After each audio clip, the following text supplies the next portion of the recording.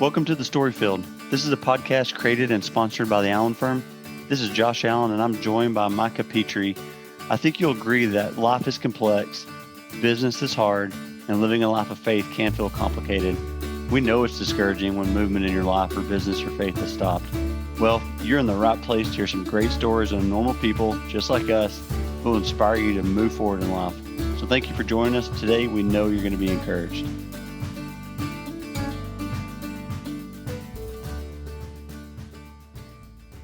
So welcome to the Storyfield. We are extremely honored to have Kevin Kolb on the show today. So Kevin, hey man, thanks for making time for this interview. Absolutely glad to help. And as you'll see, I've got some unique stories. God's led me down some crazy paths, and I'm excited to share with you guys. Well, that's what we're going to find out about. So just a few kind of big highlights, and we're going to dive into it.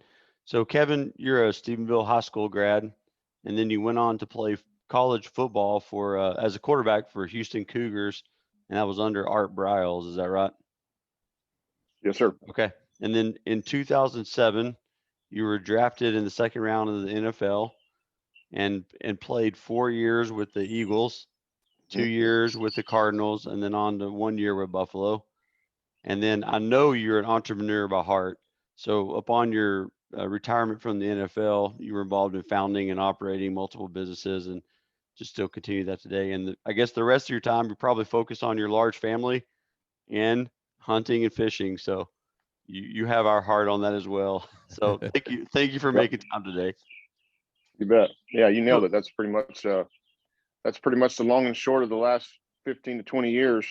And Okay. there's of course a lot more details in there than that. Well, that's what I want to find out. So back up. So kind of we started at childhood. Like where were you? You weren't born in Stephenville. You weren't raised here. So kind of start us at the beginning. So I was born in Victoria, down in South Texas. My family's from the Corpus Christi area.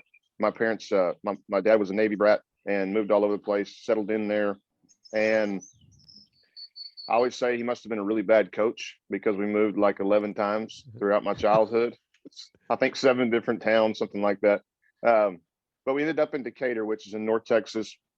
And that's where I would consider that I was raised. I was there for almost 8 years. And then going into my 9th grade year, my sister's 4 years older than me.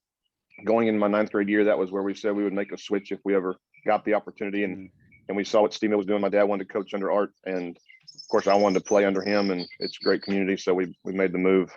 That would have been, I guess, in 1999. Oh, so that was your freshman year, essentially? Yes, sir. Yep. Did your dad coach on the staff? I mean, he did. He coached for 2 or 3 years, because then as I started to elevate my play, he wanted to get a chance. He was actually out recruiting and doing other things and working his tail off. And so he didn't have the opportunity to watch me as much. And so he started a little business and then was able to be at more games and watch me. Okay. Now, were you just kind of a natural? Like, tell us kind of how you got into football and even quarterbacking. I mean, were you natural? Truthfully, yeah. Well, so I mean, I was a big kid. I'll be honest with you. I was a fat little punk. My mom she fed me blueberry muffins for snacks. I mean, I go back and look at the calorie count she was feeding every day. I'm like, Mom, what? I mean, she put me. She had a plan for you. She was thinking lineman. So. Yeah, she was thinking lineman. So the really cool thing is my dad's 5'10", my mom's 5'6", maybe 5'6". There's nobody tall in my family. I'm 6'3", 230, and it really is a God story. I mean, I'm not just saying that. I don't have a clue how I got here this size. And my dad was a really good talent. He was a college basketball player who didn't even pick up basketball until he was probably a freshman in high school. I don't have his ability. I was born with eye-hand coordination, and then being a ball boy my entire life, being around those guys, you've seen coaches' kid stuff, and that's really where it evolved. And so I just knew what everybody was thinking and what the coaches were thinking, and just became a gym rat, basically. Yeah, I mean, you were always on the field. You were always around it. I mean, just the whole time, your whole life, essentially. Huh. Exactly. So when you came to high school, 9th grade, was that as it started, or did you catch Stephenville at the beginning of it? I mean, your whole 9th grade year, the whole high school experience. Yeah, the 9th grade year we were coming off the defending state champs in 1998. A lot of expectation, and actually they asked to bump me up, and I said no, I wanted to play with the freshman team because obviously those were the guys that I was going to be growing up with, and I didn't want to come in and let them think I was anything different than them. So I played on the freshman team, but then I got bumped all the way to varsity for the playoffs and was the backup quarterback and actually played in 3 games on our state run, which was I wanted to vomit because I was just a little young pup, and believe it or not, my first play went to the house. We scored a touchdown on my first play, and in Shotwell Stadium. So we won state championship. And then I said I didn't deserve a ring, so I didn't get a ring, and I never got back to it. So I wish I would have got the ring that freshman year when they offered it to me. Yeah, I mean, you were 14 at the time, and like playing with the Yes, sir. varsity in the playoffs. Wow. Yep. Yeah, that has to be one of those stake in the ground type of moments. So what It was just to come from Decatur and then come here, and you guys remember, you've heard about it. 20,000 people in the stands. I mean, rocking. It's legit high school, Texas high school football back then. It's not quite the same now, but we've got some guys that are getting it there again. Yeah. So you spent the next 3 years until you graduated playing under Art. So I've heard a lot of just great things about that guy as a coach and a man. So what was his secret sauce? Like, why does everybody love him as a coach so much? Like, how was he so successful? I'm gonna be honest with you. It's a lot like the story of Jesus. He just humbled himself, and he made us feel like he was our best friend. I mean, gosh, this guy would run and lift and catch routes, and he was, to us, he was kind of, I don't mean this, but he was a football god, and here this guy's being goofy and cutting up with us, and I just remember made me feel like he has creative ideas to get you motivated. Well, I can give you 1,000 stories, but I mean, I just remember thinking back, going, man, I believed everything he said, and you know what's unique about it? I know he believed everything he said, so of course we believe it as his followers, and so I think anytime a leader really firmly believes and gives it good prayer and thought and what he's putting into these kids and or employees, then I think those people will follow you because they can see that that authenticness around about you. So he must have done just a lot of. Was he always casting vision as far as like we're gonna win? I mean, that type of stuff too, playoffs, state, or it was just more about you. Like, I see this in you. I see this in you. I see this in you.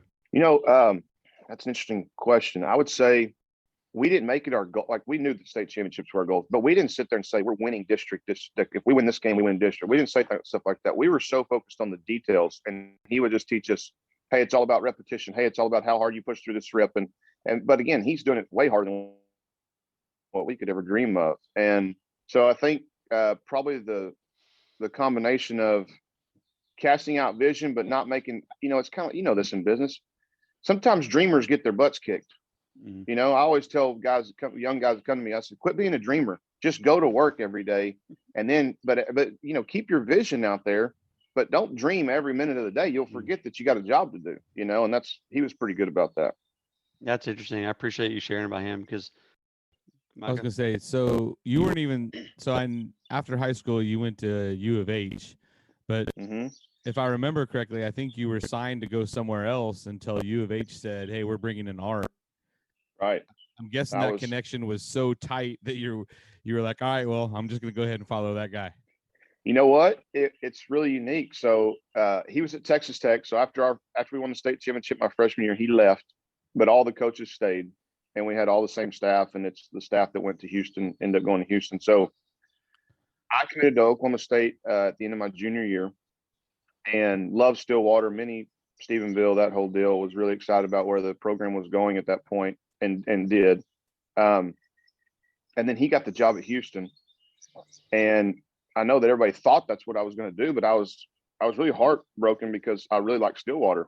And so we go down there, and I remember on the drive, and I get a call and I get a text. Hey, he's taking so-and-so. So now there's like 6 coaches that I've played for that are all going to go to Houston. Then I hear that Sterling Doty's transferring from Army, and so-and-so's transferring from Tech. And now there's 6 or 7 players that are coming to Houston.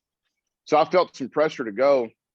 And I'm not going to lie to y'all, I got down there, and, some of these inner city ladies start screaming at me, and you park too close to me, and you felt like you had to have a gun. It's a gun carrying around, to protect yourself. And I wasn't quite sure it was for me, but probably answer your next question.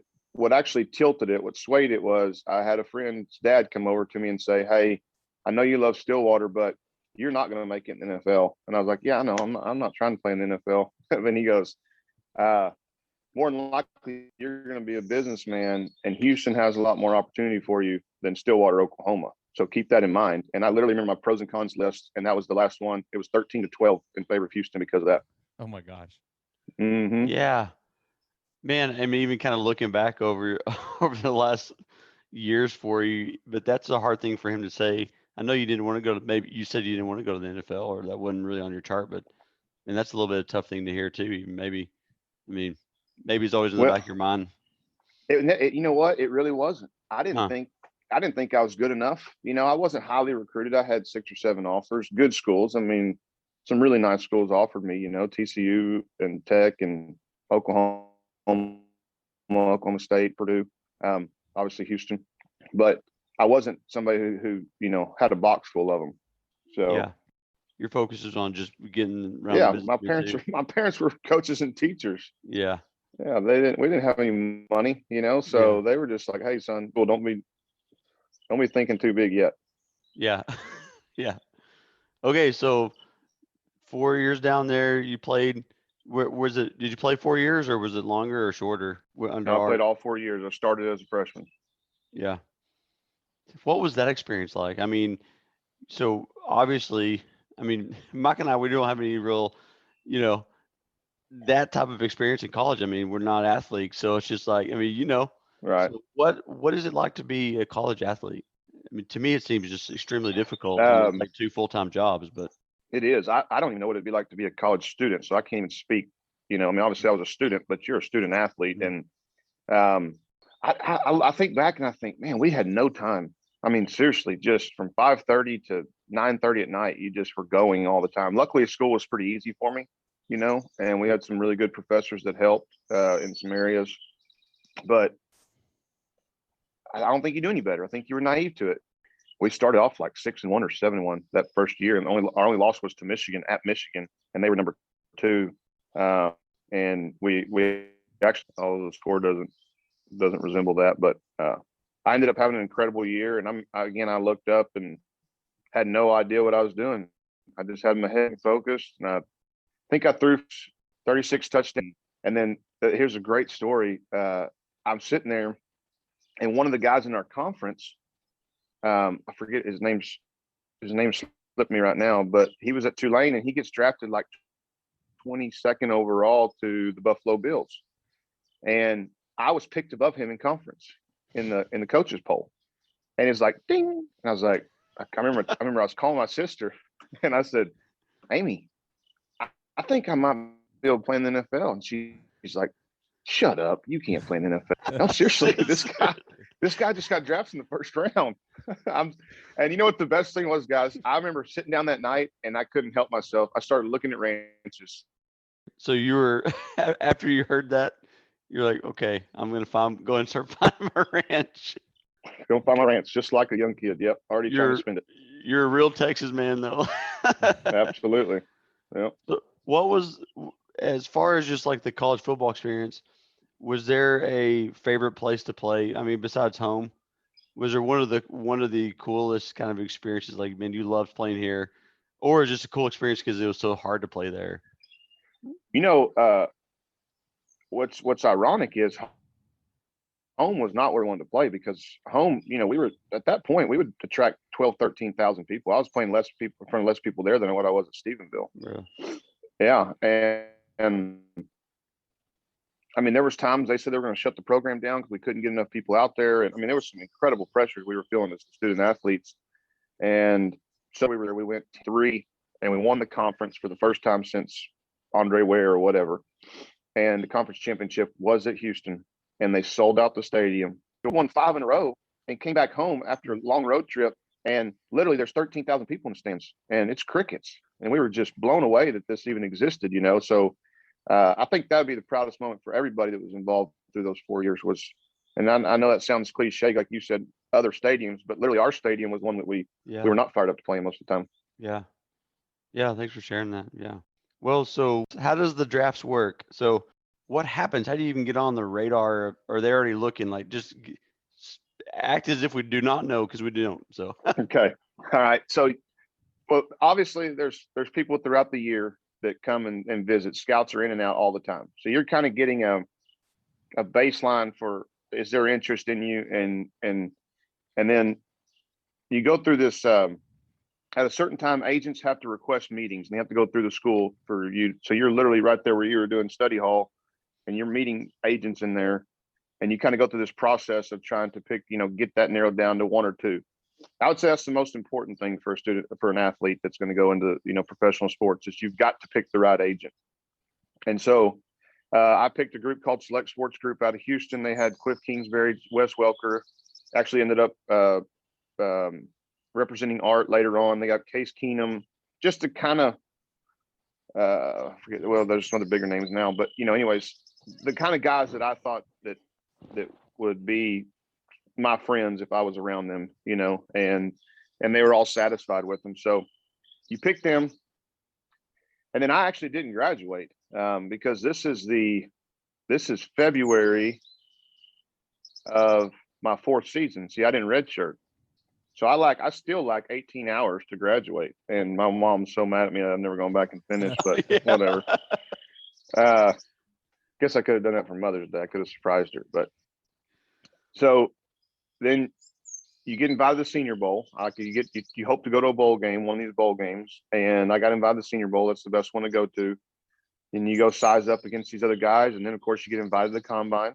And at this point, you kind of know where you're going to be. So they had me pegged as a 5th or 6th rounder, which doesn't mean anything. And then I started to climb the charts. A lot of that came from just one-on-one time with these guys. And then they bring you in, they start doing one-on-one workouts. So then you take these trips. And there was a lot of talk about the Houston Texans. I mean, they told me straight up they were going to draft me in the 2nd round. And I just started to accelerate up the charts, and we knew it was going to be probably we thought we might be able to go in the bottom of the 1st, but I was thinking it'd be top of the 3rd is where I expected to go. And And then, then of course, went to Philadelphia at 36. Yeah. Was that exciting? I mean, the news going up there, or was that a little bit of a shock factor on, like, man, I didn't really see that one coming? You know what? We filled out this little chart. My whole family, there was like 30 of us there, and I'm the only one that put Philly. Yeah.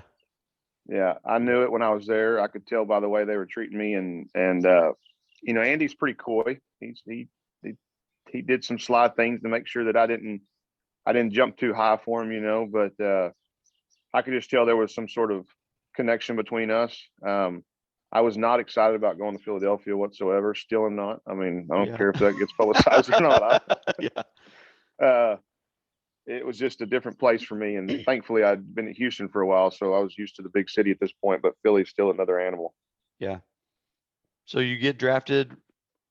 What's the next, like, what happens, like, practically? So I get married first. So I get married I got married in February. And then that's April 29th, I think is when we had it that year, April 28th, something like that.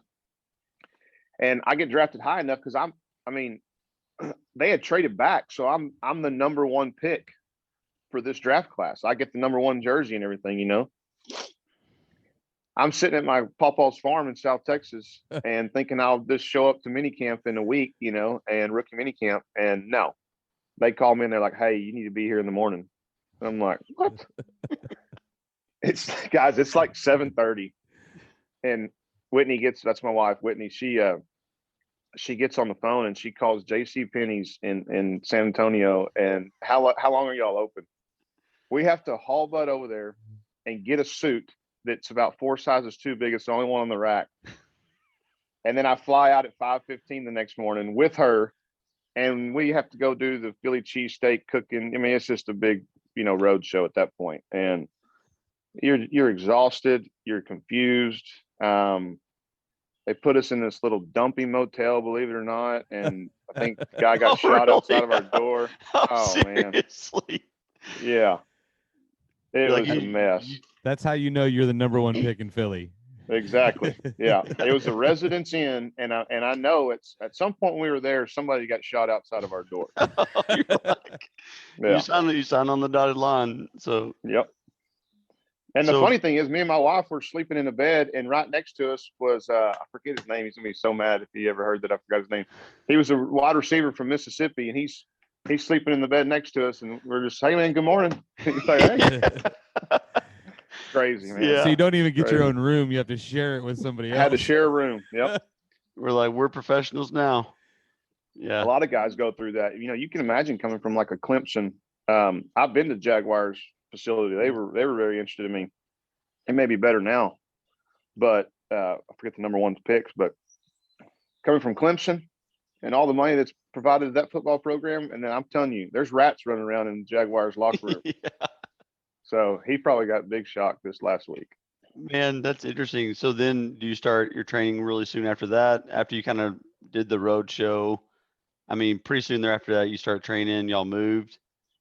Yeah, you go straight to rookie mini camp. So like they're in it right now. They're getting rookie mini camps right now. And that is a whirlwind, man. They give you a book that's this thick and say, learn it, you know, and that's whenever it gets real. I mean, you've got to buckle down and keep your job because there's nobody above getting cut in the NFL. And it gets, yeah, you get treated like, you know, you're in the infantry of the Army pretty much. So you know that going in, right? Like they tell you like, man, you're replaceable. We're not, you know, you're not, the world doesn't revolve around you, that type of, I mean, you just know that going in. Pretty much. I mean, they try to court you a little bit in the beginning, you know, to make sure that you'll actually accept their offer and you can, you know, you'll come, which of course 98% of people do. You don't have the leverage to do anything different. And then when you get there, it's like, oh, that's not the same guy that I met when I was on my trip, you know. But you've heard you know, kind of the attitudes and the stories that come along with these coaching staffs sometimes. But I was with Andy's staff. I mean, they were awesome. Andy was really hard on me, but it didn't bother me at all. I was coach's kid. I was used to getting yelled at. Yeah. Yeah. So I want to, what is the speed difference? Because I played in high school, but I can only imagine that's like a Pinto. And then you roll up into D1 football, and let's say that's like a souped-up Mustang. And then you get to the NFL, it's got to be like a Lamborghini or Ferrari or something as far as the speed. Yeah, so here's the interesting thing. I think going from freshman football, that time they moved me up to in the playoffs, I thought that was the biggest jump I ever made. I was a big kid, and so a 6'2", 210-pound defensive end gave me more trouble than what maybe the pros did, because as it got bigger, I was already bigger, you know, and so the game actually slowed down some to me. Now, don't get me wrong. I mean, it was flying at the NFL level. I think the thing that people don't realize is it's very cerebral. That's the difference between D1 and the pros. I mean, everybody out there, their eyeball. I mean, you're doing this the whole time before you take the snap. You don't even know what your snap count is because you're going, well, he looks like he knows exactly where I'm going with the ball. God, how does he know that? And then, you know, that linebacker looks like he's going to – I mean, they're playing games with you. And, yeah, they can – when we had a really good defense when we were there, we were, you know, Brian Dawkins, Javon Kearse, Sheldon Brown, Lito Shepherd. Those guys are all Pro Bowlers, you know, and that's who I had to go against every day. It was brutal.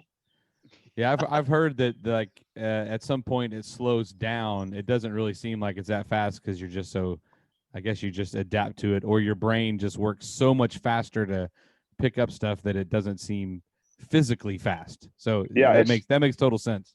It's still like that to this day. It's not. I don't have it near as much, but there's a scenario. Me and my wife were driving in a car, hit the ditch and popped back out, and I fishtailed my car.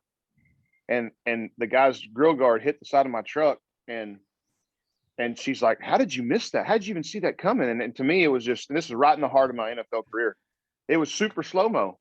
And I was like, hey, did you see that move I just put on that car? That's what I told her right after the accident.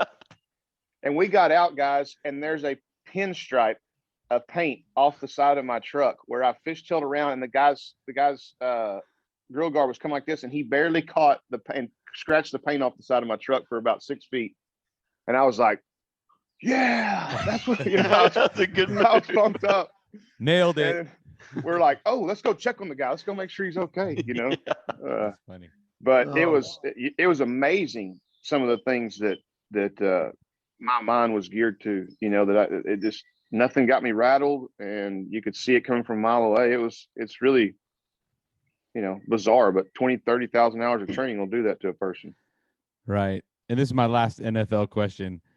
Okay. Who hit you the hardest?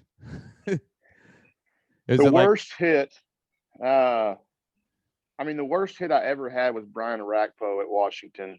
Oh my gosh. It was a terrible play call. I knew it when they installed the play on Wednesday, and we had this second year tight end. We expect him to block a Brian Arakpo, and I'm supposed to, if I see the corner do this, I'm going to pump him and hold on to the ball. And I ended up throwing a touchdown, but my helmet popped up about, if I remember correctly, it popped up about 4 foot in the air, and I had long hair at that time. My hair was going everywhere, and I jumped up and started talking trash to him, and I got lightheaded and about fell over, and then everybody grabbed me, you know, like, right. Yeah, I was a meathead, man. That's why I didn't last very long. I still played like I could run around and hit people. Yeah, I want to just kind of like, we'll hit a few more of these and we'll move on too, because I know, there's so much more to the story. But were there some just like clear, these are the coolest experiences I've had just while you're playing? No, Okay. no, not until you're done. Okay. When you get done, you go, wow, God showed up incredibly. Look at how in the world did that timing happen, you know? And what's so cool is I had specific desires and prayers that I was praying at this time. Now, I had drifted from my faith a little bit at this point. I got caught up in the fame and the faith and the bull crap that it's a very dark world in the NFL. Everybody, the louder you scream, the more money you make. You know, I drove a $22,000 truck, so I didn't go that off the financial deep end, but I went off some of the other roller coasters, you know, and it's just the biggest feeding of the flesh you could ever imagine, you know. And it's more like, the more flamboyant you are about it, then as long as you play good, then you're gonna get even more. And my spirit was never comfortable during that whole time. I felt like I was on a different planet and I didn't belong here. I just felt lost, you know. And I don't mean lost like I didn't know that what I was doing. I mean lost like, why is everybody faking it? This is not what I'm not designed to do this, you know. I just want to go home and I want to get back to clean living like I was raised, you know, doing. And so I was thrilled when I got hurt and it was over. I really was. I was ready to come home. Yeah. Yeah. Well, tell me a little bit about your spiritual life journey then, kind of, you know, in that, and I want to find out about the retirement, but. Yeah. So when I moved to Stephenville, we were raised Catholic. My mom was a staunch Catholic, and we got to Stephenville, and you know, she just said, "Hey, she was a spiritual leader in our house. My dad, he's a Christian, but he just wasn't a vocal spiritual leader that we're called to be. And so my mom took some steps just to grow a relationship with Jesus. And we found a church, and I got saved at 16, and then through college started to slowly drift. I mean, I would come and go, I guess, you know. I felt like I hate to even say this, but sometimes typical college stuff, you know, you got to go through this maturation process. And I wasn't very rooted. I don't know that I was discipled enough at that those 3 years I was in high school. Fast forward pros, my wife and I are both Christians. I'm supposed to be leading her, and man, looking back, I was just a horrible leader. I had 3 children while I was in the NFL, all 3 girls, all 3 in different states. And when I got home, this is where the story takes a turn. So I'm the starter in Buffalo. And you know how the last preseason game, you have the one series that you take, that they let the starters play that one series before you start the regular season. And I'm driving the team down the field, and we actually scored. And I dive for a first down. I look up to see if I get the first down or not, and a guy kicks me in the back of the head on accident and just slingshots me, and I go numb from the waist down. I'm blacked out. I pop up, and I'd already told my wife at this point. And anyways, I finished the drive, believe it or not, and we score. And I come to the sideline, and one of my best coaches said, "Hey, I saw that," and he knew if I got one more, because I had 4 in 19 games at this point, my last 19 starts. And I'd already told him, if that happens, I'm done. There's there's no excuses. I'm out. And he said, is this it? And he's a rookie offensive coordinator. This is his first offense. And he's just, he's like trying to do right by me, which is funny because I get asked to be in all these concussion lawsuits all the time. I'm like, no, nobody mistreated me, man. Everybody looked out for me. Like, y'all are crazy. Y'all are all after a money grab. I'm not doing that. So this guy's sitting there, he knows his career's on the line, and he's sitting there staring at me. And I said, you got to give me 5 minutes because my adrenaline has to come down. And if my adrenaline comes down, I'll be able to tell you I've been through enough to know. In 2 minutes, I couldn't make out a face in the whole stadium. Yeah, it was wild. And I said, And so they had to escort me into the locker room. And my wife and I stayed for about 3 weeks and let the kids get to through their little Halloween with their school. And then we pie-yawed back. Really? And at this point, I did have a ranch. And here's where God's divine intervention happens. My mom told me later on that when I was an 8-year-old, I told her I was going to own a 2,500-acre ranch in Texas. And she said, yeah, you're crazy. How in the heck do you think that's going to happen? And come to find out, the first one I ever bought was 2,441 acres. And I didn't know that the two stories were consistent until after the fact. So my wife and I, this has been my dream, right? I'm going out there, and if I showed Joe where this place is, you literally can't see a light. You can't see it. You don't even, you struggle to find a person for 3 days. And we'd already built the house out there. It's a beautiful place on the river. And my wife and I go straight there. We stay there for 3 months and do everything that I think that the whole world's supposed to, like, this is going to be it. I'm in.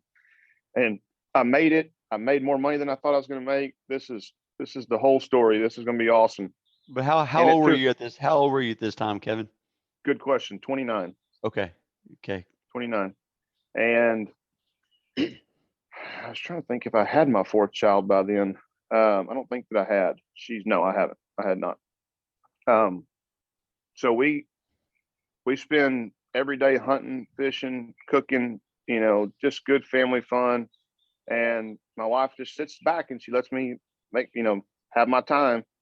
And it was like 2 weeks before we were supposed to leave. And I told her, I said, hey, let's go back home. Let's go back. We have a lake house on Lake Granbury. I said, let's go back home. I'm ready to go home. And she was like, what? And she could tell something was wrong. And so the next day it was raining. We pack up the kids and we start heading home, and everybody's camped out in the back seat and asleep. And she's asleep also. And she wakes up and she looks at me, and I'm sitting there bawling. And she's like, what's wrong with you? And I said, I'm 29 years old and I beat every goal I ever had. And I said, that was heaven. That was my heaven. And I was like, that ain't it. I said, the good thing is I know what's it, but I want you to come with me, and I'm going to figure this Jesus thing out. Like, I'm going all in. We're never turning back. And so that was in 2013. And I got baptized. I'd never been baptized after I got saved. So I got baptized in the lake about 6 weeks later. And I got to lean on some men that didn't even know. They had seen me partying and seen me have all these, fancy boats. And I mean, guys, I had an airplane, 6 houses and boats. I mean, I had a lot of stuff, ranches, and that was the turning point in our family for sure. And so, my kids don't even remember those days. They were just little toddlers, but now they get to see what a real man's supposed to lead like. What grace of the Lord too, and how interesting is that? Like, I mean, everybody hears that. Everybody's like, yeah, if I had all this stuff and all that, then I'd be happy. That's the old deal. But what grace that God had on you to be like, not let that fulfill you in enough way to push him to you, and now you get to enjoy it through him in the right way. And that's so true. I think about it all the time. I love telling the story because it takes me back to that place, of the coolest thing to me was my point of surrender was at the top. And, God will meet you wherever you're at in your story, wherever you need to be for surrender. And it was in my biggest level of comfort. It was in my, my biggest level of pride, probably. Hey, look at what all I've built here, and that was just as lonely as it is if I'm sitting down there broke as a joke and would have lost it all. There's no question. But God knew that's where he had to meet me, and he waited on my timing. He's a God that he's arms wide open, but I always say you're not dragging him around. He's not holding on to your foot and you're dragging him through life. You just got to repent and turn around. And that's, thankfully at that moment, that's what I did. Yeah. I've had a mentor for a long time. This elder gentleman was so great. He always said, God's a gentleman. He's he not is. going, That's right. he's not gonna violate, what you want. You can I've have heard as that much, myself. you can have as much of him as you want though. Yes, sir. Yeah. So from there, so you were 29. From there, I know entrepreneurship was that even your degree? Maybe even, or didn't you have I mean, that's what you're working toward. I mean, that's in your heart anyways the whole time. So correct. What's the next leg of the journey? Did you just start forming companies and businesses, and how did this work? What'd you do? Actually, my first year in Arizona, I'd made a pretty good chunk of change at this point. I started putting out feelers into some guys that were being successful that I'd gone to college with. And at this point, oil and gas, Barnett Shell's done its thing. Eagle Ford's kicking off. Permian's getting some smoke out there. And quite honestly, every young guy I knew was making a lot of money. It was a go-getter. And so I was ready to build something outside the game of football, so I didn't have to look back and say, God, they're going to pay me X to do this. I got to stay. I felt trapped. I wanted to make something outside to get me out of there. And so we started this business in a frac water transfer in 2011. That thing was kicking off pretty good in 2013. So I felt like I had a successful business to come back home to, but it wasn't built on me, so I didn't have to go to work every day, which was being an absentee owner can teach you some of the best traits about being a really good CEO than you can ever imagine. And then when I got back is when I kind of started my real estate routine, and I grew into something. And what I learned during that time was I lost on 2 deals where I was just an LP basically. And of course, you heard my spiritual story, and I just told myself, you know what? I'm going to start betting on people. I got to have some parameters, and I wasn't sure what they were, but I just knew that if I bet on people that we were going to do something good with it, over time. And because people are the reason I lost the first 2. And so I put together this little trifecta that I stick with, and I still stick with it today. Is number 1, it's the person. I got to find that right person. Doesn't have to be the most sophisticated in that field, but he has to have the drive and the desire, and of course he's got to have a heart for God, because I don't want to be looking over his shoulder wondering if he's stealing from me, or I want him to. I always tell him, I said, I want you to be sitting on the couch resting with your kids, but that means you're running a well-oiled machine. The second one was I had to choose, and I learned this in the first couple of small deals I did, but it had to be the right industry. And I know that sounds vague and simple, but meaning I didn't want to go spend 280 days a year. Nothing against people that do this, but in a business that could, on its high end, could do 275,000, or even 750,000. I looked at all these industries and I said, okay, over the last 120 years, let's look at where the wealth in this world has come from. And it narrows down to about 5 or 6 different silos, And so then I thought, well, who do I know in these silos? And then and then are they strategic to where I live, and all these different things. So that's kind of how I put my plan together. And then the third one was timing. I knew I didn't want to get any deeper in oil and gas, even though that was the sexy thing to do at that time, because my gosh, it was $140 oil. You couldn't get into anything. Everything was expensive. That's when I shifted and started to come to real estate and started having some success here. And then realized that was really my business calling, if you will. This is where I have the most fun. Yeah. And really your desire, even when you're 8, Exactly. I love that part of your story. So when you say timing, do you mean just, you're kind of looking at take the oil and gas industry, for example. You're just like, man, it's been good for whatever. The timing's not good going forward. Like, who knows what's going to do, like this, like that type of timing. Yes, like the cycles of those larger industries, right? And I never want to get into anything. It doesn't have to be the bottom. I don't try to time out those perfect swings, but it scares me to death for my own friends how many people are coming into real estate right now, and especially at an agent level, or they've had a really good career and they're making 105,000 or 85,000, but they see their buddy making 600 grand over here and he's flipping stuff and they give it all up and here they come. And the worst thing that can happen to you, man, is you have some success and then the market changes, because now you're out there with some giant risk that you weren't willing to take when you first came in. And I didn't want to be put in that position. I wanted to be in a position where I knew I was buying equity from the word go. Yeah. Man, I like the way you think through just the trifecta, and that's wise. And I know personally a couple of your person people picks. So, man, Right. you've done really well with that in the industry and timing. So man, I appreciate you sharing that. Yep. Tell me a little bit about we were talking a little bit beforehand just about the first priority of America, because I was just kind of asking you, because I've seen you speak you're very generous with your time as far as speaking at various, FCAs and groups and luncheons and those type of deals. But tell me, I've never heard about this first priority of America. Can you talk a little bit about that? Yeah. So it all started with we're all wondering if we're doing enough in the ministry, and when I first came back, the biggest thing was people have to see a difference in me. I have to make it known to my friends and my family and the people around me, and I got to carry myself different. I'm a child of God, and then God pushes you to something different. Then I'm going to surround my business, and people are going to know we do business at a Christian level. And then that got to a place where it's like, yeah, I'm not really pushing myself anymore. Everybody knows that. That's a given. And then my oldest daughter and I, we have these conversations all the time. I said, babe, what do we struggle with the most? She says, we're selfish with our time. I said, yes, we are. So it's a given that time is important to me and I'm selfish with it. And so you say I speak a lot, man, I don't do near enough. But this first priority America thing came up about a year and a half ago, actually in a business meeting in Midland. And it is a student-led ministry. We are nationwide.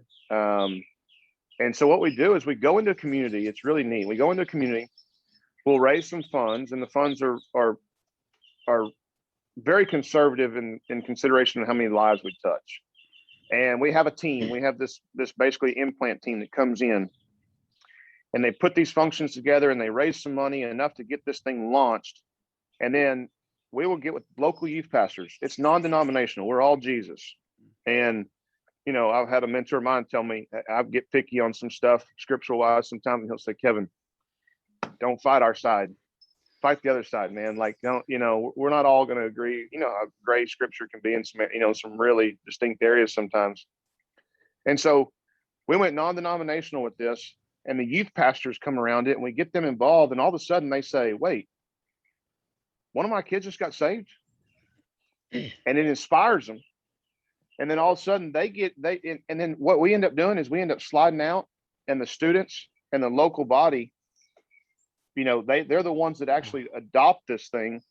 And so we look up, and I think there was 32,000 kids meeting on in schools before COVID hit. And even during COVID, they were doing Zoom calls, and there was 15,700 or something still meeting over Zoom calls. Wow. I mean, so you guys essentially will go in, rally them up, organize them up, get them going, and then slide out. I mean, that's leadership too at its finest as far as that's concerned. I mean, you're not even touching it in their meeting and just getting changed. Exactly. And we love Young Life and we love FCA. Of course, we're all on the same team. I sat on the FCA board for a while, and one thing I recognized was because it's through the coaches to the players. Well, my whole family's coaches and teachers, and we all my parents all did FCA. My brother-in-law does it. And I mean, these guys signed up for a career, and they probably get paid about $4.50 an hour if you really want to add it up, and then you're going to slide something else on top of them. And then they're saying, man, I really don't have time for that. So it gets bottlenecked in some areas. When it's good, it's fantastic, but it can get bottlenecked, where this one is strictly up to the kiddos and to the local youth pastors and to the local businessmen. And they get to come and share as well. And we've actually seen administration do some things that you just don't even believe they let us have access that there's some places in Tennessee where every administrator said, here's your badges, do whatever you want. I need Jesus on this campus. Amen. It's awesome. Yeah, man, that's so good to hear. I appreciate you sharing that because, like, you just turn on the news, you don't get to hear the cool stuff like that that's happening. I mean, there's a lot of movement. Yep. God's moving even in the schools and through schools and all over. So that's just exciting. How does a listener, if they wanted to support and help for First Priority, how do we connect with that? Well, you can go online to First Priority of America. We're just now revamping some new creative ideas where we have some text launching. And we also have testimonials. Like I can go in there and you can follow me like on Instagram, and then it'll kick you over to our page. That's all getting kind of revamped, ready for. Okay. We feel like God's, there's an awakening about to happen, right? Yeah. I mean, the pendulum always swings a little too far one direction or the other, and we've almost got to be patient enough to let it get too far and be ready to capture those people when they come back when they're all brokenhearted. And so we spent a lot of money and a lot of time and effort getting ready for a big push when we feel like schools are wide open across the United States. That's great. And we can just get online, find you on, then people can support in some way, and maybe you are revamping that to even to make it a little easier. But we are, yeah. and then so what we can do is you and I can get creative where we can bring this. Maybe we can tag it on here somehow, or do something unique to where it's easier to find. But one of the really cool things is we're actually launching Fort Worth coming into this next year. So Absolutely. we're doing an East Tennessee movement, and then Kansas City, and then Fort Worth is and they're already launched. We're starting in July here in Fort Worth, and I'm really excited about it. I think it's going to be. I mean, we all know the type of people that we're lucky enough to be around every day. There's a church on every corner and really good business leaders, and so I've already got some people that are ready to get behind it, and I think it's going to be amazing. Right. Yeah, we'll be able to link up in show notes, and then we can kind of talk, and we'll circulate however, even if there's help you need volunteer wise. So that's great. Cool. That'd be awesome. So, man, I hate to even start landing this plane, but we need to. Tell me a little bit about tell me a little bit about hunting and fishing. I know that's a part of your journey and something that you really enjoy. Do you have a favorite thing to hunt and a favorite thing to fish? Yeah, so I would say of all the hunting that I've done, and I'm hardcore. I'm not, the guy that goes belly crawls for 7 hours, nothing like that. But I pretty much strictly bow hunt now. I've gotten to where I'm gonna say elk hunting by yourself. I was able to like literally say, watch a YouTube video, got on this place out in New Mexico, and there was nobody there. And I spent 7 days by myself and figured out how to kill some giant. I killed 2 giants in back-to-back years with my bows. Yeah, with my bow. Now, there's gonna be a lot of people who are gonna be mad and happy to hear that at the same time. And it's just a rancher. I mean, it was impossible to find. It was an incredible experience. Now I just would rather. I find myself letting the 5-year-old big buck pass and shooting the cold buck, and just trying to do more and more. And of course, my kids are involved. My 9-year-old daughter shot a 185-inch deer last year. That's great. Low fence, yeah, and she's so lucky. And then we have a little coastal house. We do a lot of coastal fishing, and then her and I, she's my outdoors one for sure. We actually won our first fishing tournament together last 2 weekends ago. That's just great. And tell her congrats. Now tell me your daughter's names real quick. The oldest one is Cameron. She's 11, and then now my second one is now 10. She's Atley, Atley. And then I've got an 8-year-old named Sailor, and my youngest one is named Parker.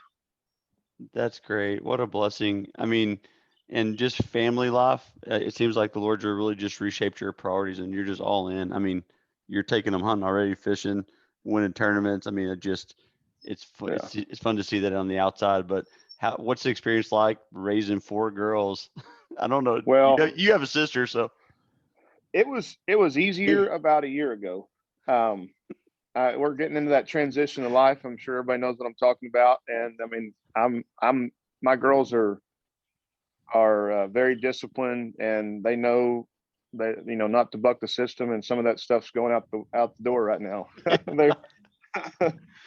Oh, and so but it's great for me, man. It teaches me patience, and we're open books here, so we talk about it. And of course, a girl doesn't want to talk about some of those things, and I make them come home and tell me, "Hey, who's your first crush?" And they're like, "No way, Dad, come on." I'm like, "Yep, That's great. I want you to tell me. I mean, this is okay. You got to know that you can talk to Dad if Mom's not here for you, So, and we tell them about our stories when me and Mom met each other, and yeah, we just don't want them to feel like they're the only ones going through what they're going through. And we have some rules here. Of course, they don't have phones. When we built this house, we built 2 bedrooms. All 4 of the girls sleep in the same room every night. I don't want anybody shutting the door. And so we try to be very proactive about what they're facing these days, and pushing them to the outdoors. We have a swing. One of my daughters, she gets upset. She gets real upset. And we have a swing. And we said, "Hey, that's your swing. Yeah. You go out there and nobody will mess with you when you're on that swing, So, but it all sounds glorious. But man, it's tough, and we have fights, and and my wife, I unfortunately sometimes find myself being a better father than I am a husband, and so that's one thing I'm trying to work on, and but the girls get to see us working through real life issues, and I think that's probably the one thing that we're getting right, is just being open and honest with each other. That's one of the biggest deals I think the Lord's impressed upon me because we have a group of kids ourselves. It's just like, hey, you tell people, you tell the kids, like, man, like I need Jesus as much as you do. I'm never saying that I'm like, man, I blew it, I messed up, and I'm sorry. Right. And they are doing it. Well, I think some of that, I mean, at least in my experience when I was a kid, the thought was that you don't ever see your parents fight. Like, they'd run all off into the back bedroom and you could hear them screaming and stuff, but they weren't going to fight in front of you. Whereas opposed to how, like, we don't like getting screaming matches or whatever, but they've seen us heated against each other, and then they've also seen us calm down with each other and talk it out. Like, hey, man, that's what you're supposed to do when you get mad with somebody. Tell them why you're mad and then figure it out. And ask for forgiveness. And I had a cool moment. I had a biggest, meanest NFL guy you've ever seen in your life. He came down this summer, and we actually all got COVID together when he was here. So he stayed for 2 weeks. We quarantined on the ranch together. And one day, and he's got a bunch of boys and I got a bunch of girls, and he's tough on them, and he can't believe the way that I treat my girls because I'm tough on them. And my oldest one, I got onto her one day and jumped on her a little too hard, and he's 6'8", 280, and he like grabs me by the back of the car. He's like, "Hey, don't talk to her that way." And I was like, "Well, did you just hear how you talk to your son? Don't." And we're like, "Let's go apologize to him." And I was like, "That's exactly what we should do." So he turns around, and mine was rough enough, and I embarrassed her enough because obviously there's other people around. I got on my knees in front of her, and I apologized to her, and I grabbed her by both hands, and I apologized to her, man. And my buddy starts crying, and he's like, great. "Dude, you know how lucky you are, Cameron, to have a dad that will just do what he just did? My dad would never have done that to me, And so it's just, those are fun experiences that you look back on. It's going to imprint them as a kiddo. Absolutely, and that's changing their lives. Yeah. Well, last thing, do you think you have a life kind of message that's been formulated over these years? Like, I mean, just what's your message? And I'm not sure. I mean, that's a bit of a surprise for you question. That's a little deeper, but I mean, is anything firing off that's just like, man, this is kind of my message in life? Yeah, my message in life has got to be, and I don't know that I can articulate it correctly. One night I wrote a poem, and this poem just speaks it to me. Like, all us men are looking we're all warriors somewhere deep down inside. God made us a warrior, and one thing I missed about the NFL was not the camaraderie, not the battles and all this kind of stuff, physical battle. I miss all that stuff. I miss the fact that I was hurting when I got up the next morning for some reason. That's meathead, but that's what I like. But I missed there was a scoreboard. I knew when I was winning, and I knew when I was losing. And sometimes I think financially in this world, we go, well, that's my scoreboard. And I get caught up into it every day. When we do a deal and everybody sees how much you sold it for, or what, how much you made, or, how much land you got, or what you're driving around in, that tends to be our scoreboard. And, I've been battling with this, not that I don't know who I am or where I'm going. But this warrior mentality is like, I want to fight the battle. And yeah, I know it's spiritual, but man, that's hard to recognize where those spiritual battles are. Does that mean I'm supposed to drop everything and go to Costa Rica and go save no, God's not calling me to do that. But I think I like to encourage men that that little bit of that wonder, of man, where's my next fight? I think we all go through that, and we're not going to get it perfect because we're sinful and we're on earth, we're on the devil's playground out here, and we're never going to find that perfect battle that God had in store for us. And so don't let it take you to a place of emptiness. Understand that there are some battles out there. You got to look for them. You got to search for them, but they're not crystal clear, and they dang sure can't be from the world, which is where a lot of us go whenever we feel that emptiness and that desire to want to have that. Man, that is so good. I appreciate you Thank sharing you. that. That's so good. Well, Thank you. unfortunately, we have to stop it. I can keep going. We may have to bring you back on later. I got, Sure. the questions just keep coming, but man, I appreciate you making time, Kevin. And really being open and honest and authentic about just family life, NFL, all that. That's a big deal, and that is a role model in a big way. So I'm just grateful. Well, thank you.